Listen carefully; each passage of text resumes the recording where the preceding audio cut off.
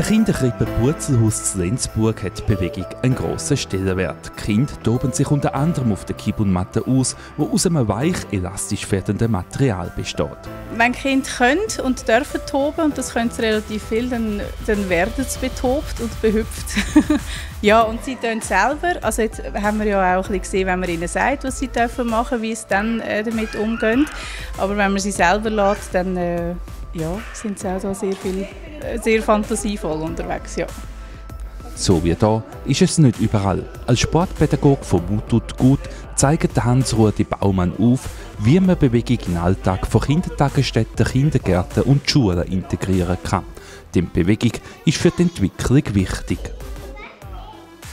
Über den Körper entdecken Kinder ihre eigenen Stärken und entwickeln dabei viel Selbstvertrauen.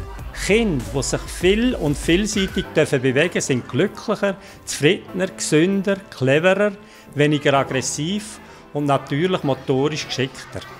Besonders gut eignen sich für die spielerische Bewegung im Klassenzimmer Kibun-Matten. Sie animieren zum Rollen, Purzeln, Federn und bouncen wie auf einem Mini-Trampolin. Natürlich sind es auch ganz gute Unterlagen für Niedersprünge. Auch zum Bauen, Bücher anschauen oder ausruhen werden sie von den Kindern eingesetzt. So Matten sind schon fast eine Garantie, dass die Kinder den Purzelbaum wieder lernen, was heute bekanntlich nicht mehr selbstverständlich ist. Für die Kinder ist es inzwischen wieder selbstverständlich, denn sie müssen nicht, sondern sie wollen den Purzelbaum machen, Erfahrungen sammeln und sich auf spielerische Art bewegen. Also wenn sie können mit der Matte spielen, dann bauen sie aufeinander auf oder tun Klötze drunter. Auch so in unserem Bölleli-Bad haben sie schon Bölleli drunter genommen und sind auf dem Boden herumgesaust.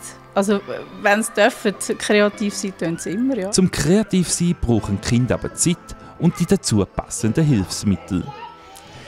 Wir von Mut tut gut probieren die Eltern, den Betreuungs- und Lehrpersonen Tipps zu geben, wie man anregende Lehrumgebungen bereitstellen kann, so dass sich Kinder intensiv und mit viel Spass bewegen.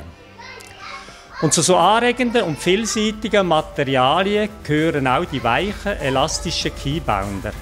Die Barbara Bügin hat nicht nur in der Kinderkrippe festgestellt, dass Kibun-Matten bei den Kindern gut ankommen, sondern auch zu Hause. Ich finde es noch gut, um selber darauf zu balancieren. Man könnte sie mehr brauchen, dann wird man noch ein bisschen sportlicher oder noch ein bisschen ausgeglichener. Aber bei mir brauchen es auch Kinder zu Hause, um darauf herumzukumpfen. Die Kibun-Matte ist also ein beliebtes und vielseitig einsetzbares Hilfsmittel, das über Generationen Freude vermittelt. Schliesslich freuen sich alle über das unvergleichbare Trampolingefühl.